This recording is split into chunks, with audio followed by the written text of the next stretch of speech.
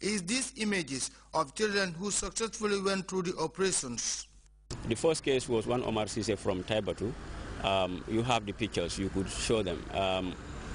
He went and he was treated successfully. He came back, that could be seen from the pictures, but it's unfortunate that he is not around now. He passed away. Anyway, that's unfortunate. But we can describe the trip, the medical trip, as successful. He went, the operation was successful by medical standards and came back, but he died over the period. This was August 2006. The one that we can now claim to be very successful, who is still with us and doing very well, is one Ayo Jabi of, I think it's Kalindi, near the Ahmadiyya Hospital, somewhere. Ibrahima Balde, for weekend. All Girls Day was yesterday commemorated on the theme, There is no us without them. The day seeks to draw attention to issues affecting women and girls with emphasis on their empowerment and development. Daikumba Demba has more. There is no us without them is the theme of this year's All Girls Day commemoration. A day reserved by the Youth Action Movement, a subsidiary body of the Gambia Family Planning Association. A movement bent on pushing youth development initiatives forward with special interest on empowering young women and putting an end to violence against women. This day is worth celebrating because really we all know that our women, especially Gambian women, contribute a lot to the welfare of our society, the Gambian society for that matter, and by extension, different societies in the world. Violence against women is a human rights violation. Research reveals that in sub-Saharan Africa alone, 30 to 45% of women suffer assault by intimate partners. In the Gambia, young women under the age of 35 form 39.9% of the population, and a violence study against women by the Women's Bureau 2010 revealed that women are prone to gender-based violence at home, work, schools, and communities with inadequate support for redress. Violence against women is considered a grave violation of human and legal rights.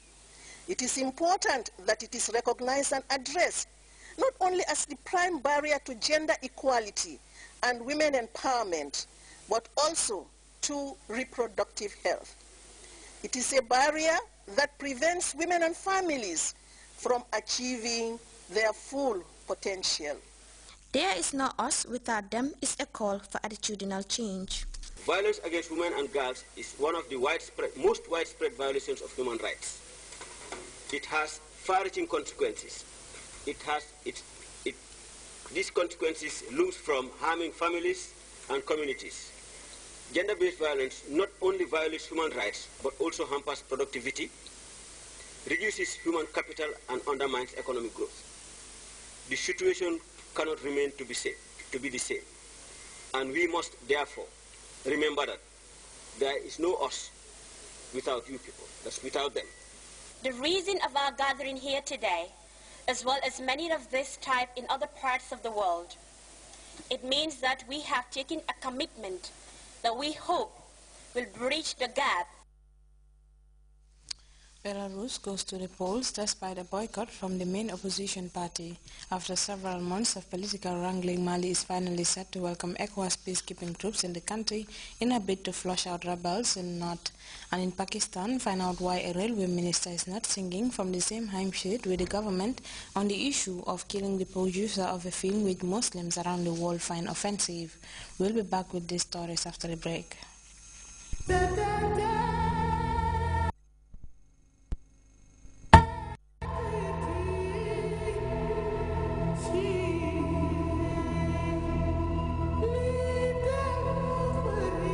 It is a story of a land, of a people, where communication has been our song, our drumbeat. We sing with hearts full of joy.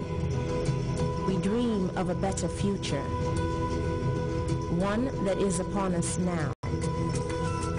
This is who we are. We are close to the heart of the world. We are as old as time. The soul of man began with us.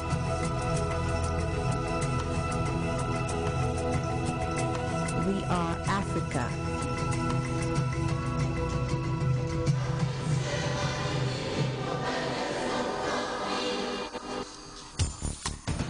Welcome back.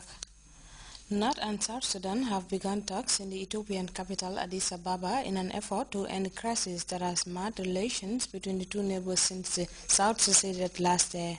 And in Gabon, the main opposition leader has defied a ban which barred him from attending and addressing public gatherings despite warnings from the government that he would face unspecified consequences. We have more on this and other stories in this African News Roundup. New hope for an agreement between Sudan and South Sudan. The presidents of these two warring countries are set to meet this Sunday in Ethiopia. The African Union has given them up until this weekend to agree on border security and to resolve the oil dispute. If no such agreement is reached, the United Nations threaten Khartoum and Juba with sanctions. Attacks in Nigeria following the broadcast over the internet of the anti-Islam film produced in America. Tens of thousands of demonstrators in Kano, the biggest Muslim town in the north, brandished banners of death to America, death to Israel and to the enemies of Islam. Protesters burned photos of President Obama and flags of America, France and Israel. The opposition in Gabon has challenged the regime at a meeting in Libreville. The National Union Party, dissolved by the authorities, not only took part in a gathering, its leader Zachary Mboto spoke out at the Tribune in defiance of a ban from the Interior Ministry. What right have they to stop me, to intervene like this? Are we in a democracy or a monarchy? The Minister of the Interior has said this bravado will have its consequences. The party organisers of this meeting could be suspended if not dissolved. The verdict announced in Cameroon, 25 years prison sentence for Marafa Hamidou Yahya. This former Cameroon minister has been sentenced for corruption accused of diverting $29 million earmarked in 2001 for a presidential airplane. Yves-Michel Fotso also gets 25 years. The former chief of Camer is said to be the principal player in this scam. All those condemned have to pay more than 21 billion FCFA in damages to the state of Cameroon. The Malian Defense Minister, Yamusa Camara, has given approval to ECOWAS to deploy troops to the country, including the capital Bamako. This was the main sticking point in the deal that could see 3,000 ECOWAS soldiers deployed to the country to help recapture the rebel-held north and secure state institutions in the capital. The deal comes as Mali celebrates its 52nd independence anniversary. On Saturday, Mali's Defense Minister Yamusa Camara met with acting president of ECOWAS, Alassane Ouattara, in Abidjan to discuss military intervention in northern Mali. Camara said that the deployment of troops in the capital Bamako was possible as long as it was done with discretion. Mali's president had earlier asked ECOWAS for military assistance but made it clear that active military forces would not be needed in Bamako. Now, though, Mali is ready to accept ECOWAS forces in the capital. We agree that ECOWAS deploys forces in Mali with all the structures that go along with that. However, in the interest of the operation, this must be done with discretion. Under the new plan, Bamako will serve as a logistics base for ECOWAS forces as they try to retake control of the north, which is occupied by Islamic groups with links to Al-Qaeda in Islamic Maghreb. But Saturday's announcement provoked mixed reactions from Malians in the capital, Bamako.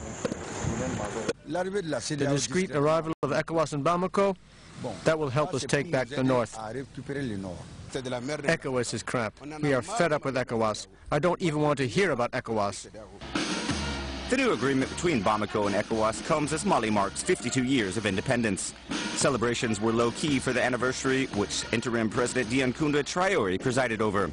On Friday, on the eve of the anniversary, Traoré said again that he was willing to negotiate with the Islamic groups in the north, but said that the government would go to war if left with no other option. We now take our second break. We'll be right back.